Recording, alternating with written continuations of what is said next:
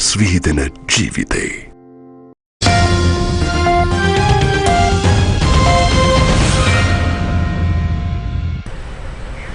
Hello there, welcome to Lunchtime News here on News First, where the people come first. You're joining me, Naveksha Gunasekar, and we start off by taking a look at your headlines. 6 people involved in Yala fiasco surrenders to authorities. 3-member committee appointed to probe the incident. The Venerable Galveva Siri Dhammathero diagnosed with dengue. Delay in ordering over 1,000 medicines to Sri Lanka. Rishi Sunak begins appointing new cabinet.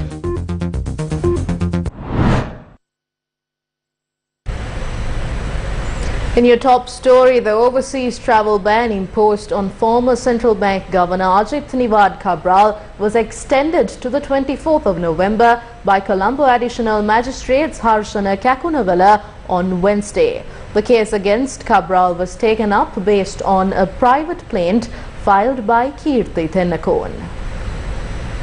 The complaint was filed under 6 individual charges accusing Cabral of misusing public funds during his tenure as a CBSL governor. The complaint also alleges while serving as the governor of the central bank, Cabral caused a loss of $500 million to the government in sovereign bonds from the 15th of September 2021 to the 4th of April 2022. The additional magistrate ordered for the ex-central bank governor to be released on 2 personal bails amounting to 1 million rupees each. However, counsel appearing for Cabral said the complainant had filed the matter with no reasonable ground and therefore it needs to be dismissed. Objections by both the defence and the plaint are to be filed on the 24th of November 2022. Venerable Galveva Siri Dhammathero, who was admitted to hospital after falling ill, has been diagnosed with dengue. A senior official attached to the National Hospital of Sri Lanka confirmed that Venerable Galveva Siri Dhammathero was admitted to the hospital due to fever and is now receiving treatment for dengue. Dhammathero is currently detained for 90 days under the Prevention of Terrorism Act.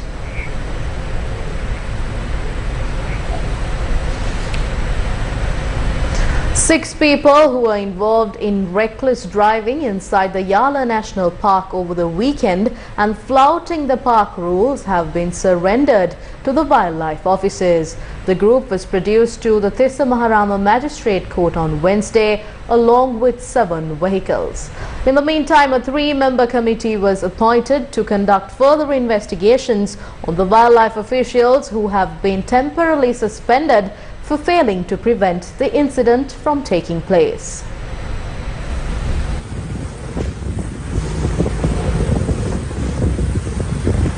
Secretary to the Ministry of Wildlife and Forest Resource Conservation, Chandra Herath, said the committee was appointed to investigate the officials' dereliction of duty, failure to inform senior officials about the incident, and for their direct or indirect involvement in the incident. The committee will be chaired by Additional Secretary of the Ministry. The Ministry is also expected to make a formal request from the Inspector General of Police to arrest all members of the group involved in the incident. Over 100 off-road enthusiasts in 33 jeeps entered the Yala National Park on Saturday, the 22nd of October, and performed various maneuvers that caused harm to the wildlife. Several videos of a fleet of vehicles entering the Yala National Park harassing the wildlife went viral on social media, attracting widespread condemnation from netizens.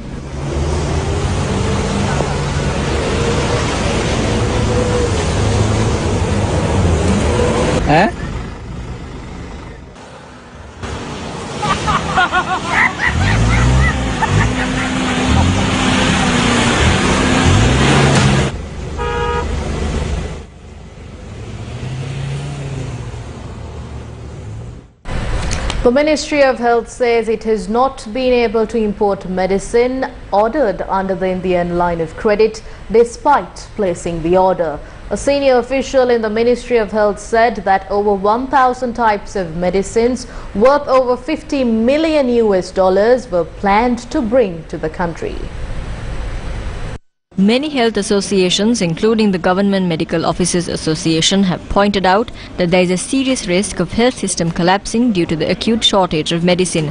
Health Minister Kehiliya Ramukwella on the 20th of September said the time taken to procure medicine via the usual procurement process has been cut down. The minister, meanwhile, accepting the consignment of life-saving medicine facilitated by the High Commission of the Islamic Republic of Pakistan, said that despite the existence of a shortage of medicine in the country, it is not serious, as pointed out at time. Against such a backdrop, a consignment of over 1,000 types of medicine worth $50 million ordered under the Indian loan assistance is yet to reach Sri Lanka. The Ministry of Health, however, noted that another stock of medicines and medical equipment worth over $4 million from the World Health Organization is scheduled to reach the country soon. At a time like this, the ministry is working to distribute essential medicines to hospitals with stock management. Meanwhile, the special committee appointed to probe the shortage of medicine in the country has decided to meet daily to discuss the drugs available in the country on a daily basis. The Government Information Department said that under the leadership of the Minister of Health, Ministry officials and State Pharmaceutical Corporation, the State Pharmaceutical Manufacturing Corporation, the Medical Supplies Division and the National Medicine Regulatory Authority will attend these meetings. In addition, it has been decided to obtain daily reports regarding the drugs available to the Medicine Supplies Division and related institutions as well as hospitals and health institutions. Accordingly, in the next few weeks, the committee is scheduled to meet every day in the morning under the chairmanship of the Minister of Health, where discussion about the increase or decrease in the available drugs and medical equipment in the country will be held. The Government Information Department said that the minister gave instructions to the officials that human lives are more important than all rules and regulations, and officials should pay attention to it and consider this as a humanitarian situation. The Government Information Department said that the minister has given instructions to provide separate reports regarding the decrease and increase in life-saving drugs, essential drugs and non-essential drugs, and to always prepare the program for ordering the necessary drugs for the next 2 quarters. Former President Maithripala Sirisena made these comments at an event in Hinguraggoda, Polonnaruwa on Tuesday. During King Parakrambahu the Great's time, 1 nurse was allocated per patient. Our country had such a legacy. It is during his time that we exported food from our country to other countries. A nation with a history like that today is importing rice from other countries. Farmers are facing massive problems. Let's try and implement programs to the best of our ability. අපිට පුළුවන් විදිහට අපේ ජීවත් වීම සඳහා ජනතාවගේ වැඩසටහන් අපි සකස් කරගනිමු.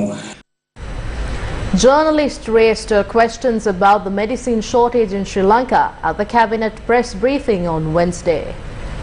ඉන්දියානු ආයෝජනා ක්‍රමයේ යටතේ ජනාධිපතිතුමා විශේෂ අවසරයක් සෞඛ්‍ය අමාත්‍යතුමාට ලබා දුන්නා. The President instructed the Health Minister to take a quick measure to import essentials that are in short supply to Sri Lanka under the Indian loan assistance. The Cabinet of Ministers also appointed a special committee, including secretaries of the main ministries, to ensure the continuous supply of essential medicines. ප්‍රධාන අමාත්‍යාංශ ලේකම්වරුන්ගේ යුත් විශේෂ කමිටුවකුත් cabinet මණ්ඩලයේ පත් කළා. Lanka Coal Private Limited says a ship of 6,000 metric tons of coal that reached Sri Lanka will be unloaded today. Accordingly, operations at the Norochole coal power plant can be carried out uninterruptedly. The shipment was purchased from the previous coal supplier, while another 4 shipments are due to reach Sri Lanka on the 4th of December. Lanka Coal Private Limited said operations at the Norochole coal power plant can be carried out uninterruptedly. Lanka Coal Private Limited added that the period to apply for the tender process ended on Tuesday, the 25th. Ministry of Power and Energy has met with the Treasury Department in USA, Robert Caprop, and the US Ambassador to Sri Lanka, Julie Chung, and other officials of the USAID. Productive discussions were carried out considering the power and energy sector reforms, policies, debt restructuring, fuel management system, and petroleum products procurement. Moving on. NPP leader Anura Dissanayake expressed his views at a program held in the Kolonna area in Abilipitia. The most developed resources of our country are leaving the country today. The prices of goods are unaffordable. This is the final result after ruling our country for 74 years. Children go to school on empty stomachs, sick people tremble and die in bed without medicine. A group of rogues have accumulated the wealth of our country. Sri Lanka is involved at the edge. Which country in the world accepts this? මොන රටද ලෝකෙද මේක පිළිගන්නේ? Opposition leader Sajid Premadasa says incentives must be given to industries that generate dollars to Sri Lanka in order to boost the economy. He made these comments during a discussion with a group from the tourism industry in Tissamaharama on Tuesday night. Opposition leader Sajid Premadasa met with a group from the tourism industry in Tissamaharama on Tuesday night to discuss a range of issues faced by the industry. Employees attached to the Yala and Tissamaharama safari services joined the discussions.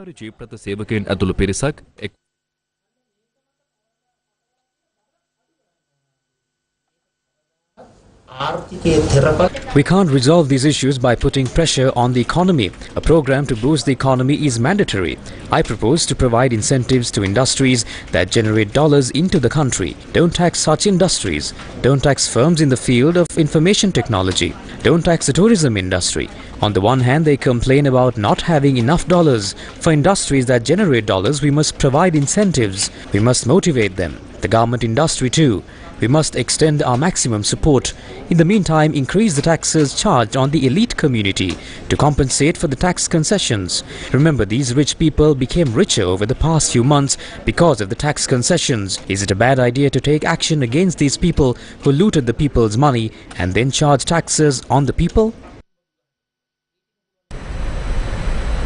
Coconut cultivation has been severely affected in many areas due to the pest called the white coconut fly.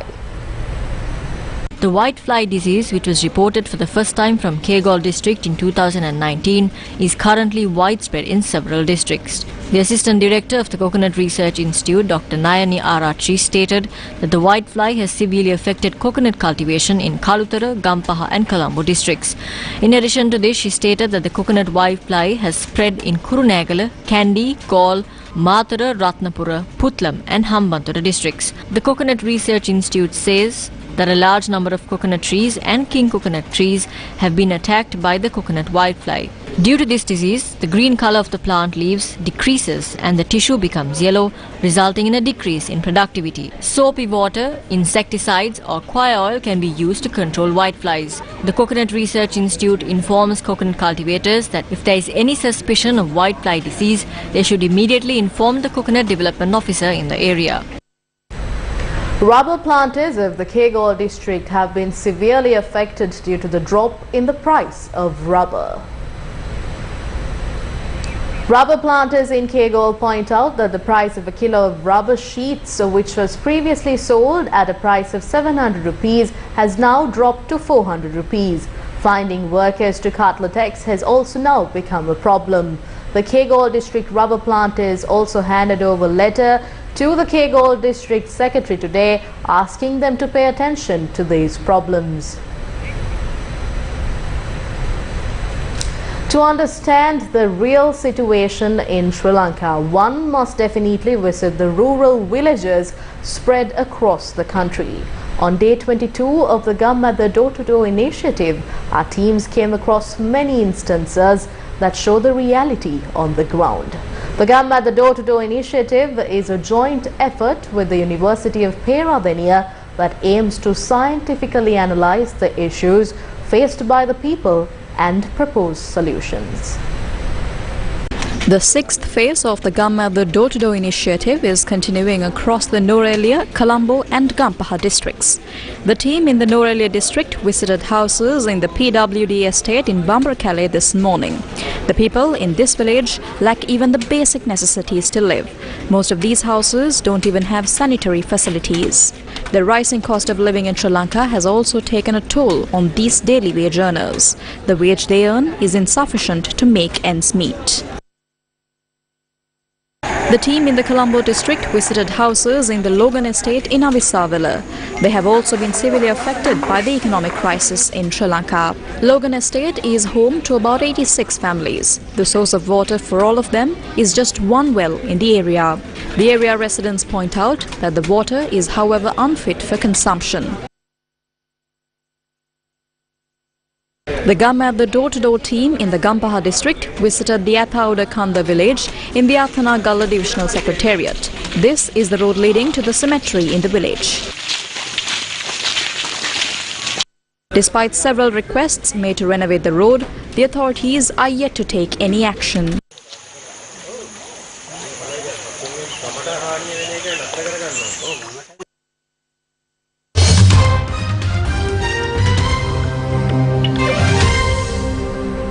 Rishi Sunak becomes Britain's third Prime Minister in under 2 months at a time when the UK faces what he has termed a profound economic challenge and as his Conservative Party struggles to heal wounds from months of infighting.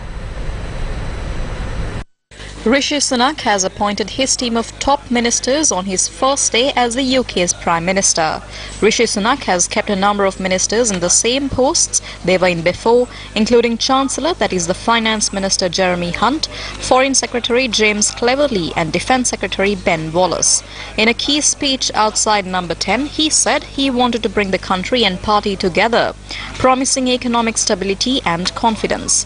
Rishi Sunak has also pledged to fix mistakes made under Liz Truss's leadership and warned of difficult decisions ahead in his first speech as Prime Minister. Right now, our country is facing a profound economic crisis. The aftermath of COVID still lingers. Putin's war in Ukraine has destabilized energy markets and supply chains the world over. I will place economic stability and confidence at the heart of this government's agenda. This will mean difficult decisions to come.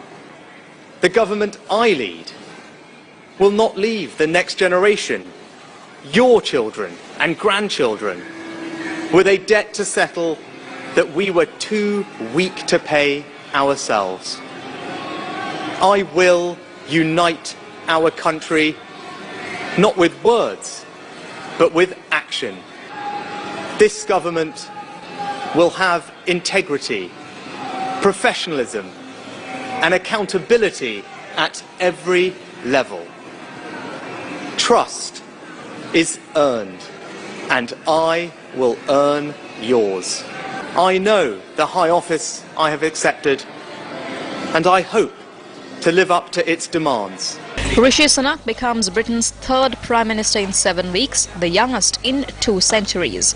Sunak will also be one of the wealthiest people ever to occupy Number 10 Downing Street, something that could prove a vulnerability at a time when Britons are struggling to pay soaring gas bills.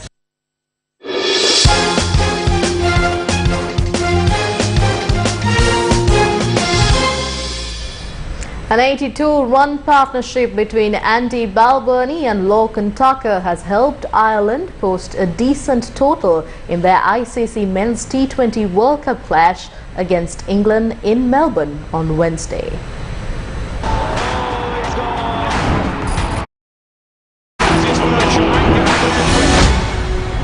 Balbirnie and Tucker battled intelligently against England's powerful bowling lineup as Ireland were all out for 157 in overcast conditions at the MCG. The duo found the boundary with ease and at one stage had Ireland on track for a score of around 200 before England's quality bowlers fought back well late to restrict the damage. Speedster Mark Wood was expensively early as he constantly hit speeds greater than 150 km per hour, while all-rounder Liam Livingstone and Sam Curran bowled well throughout. And that's a wrap of Lunchtime News. For all these stories and much more, you can visit our website, that is www.newsfirst.lk. Thank you for joining. Have yourself a great day ahead. At the Gideon, at the Ready, Cyber Avakashe Kalabana, what Salakuna, News First YouTube channel. Subscribe Karan. News First. ජනතාව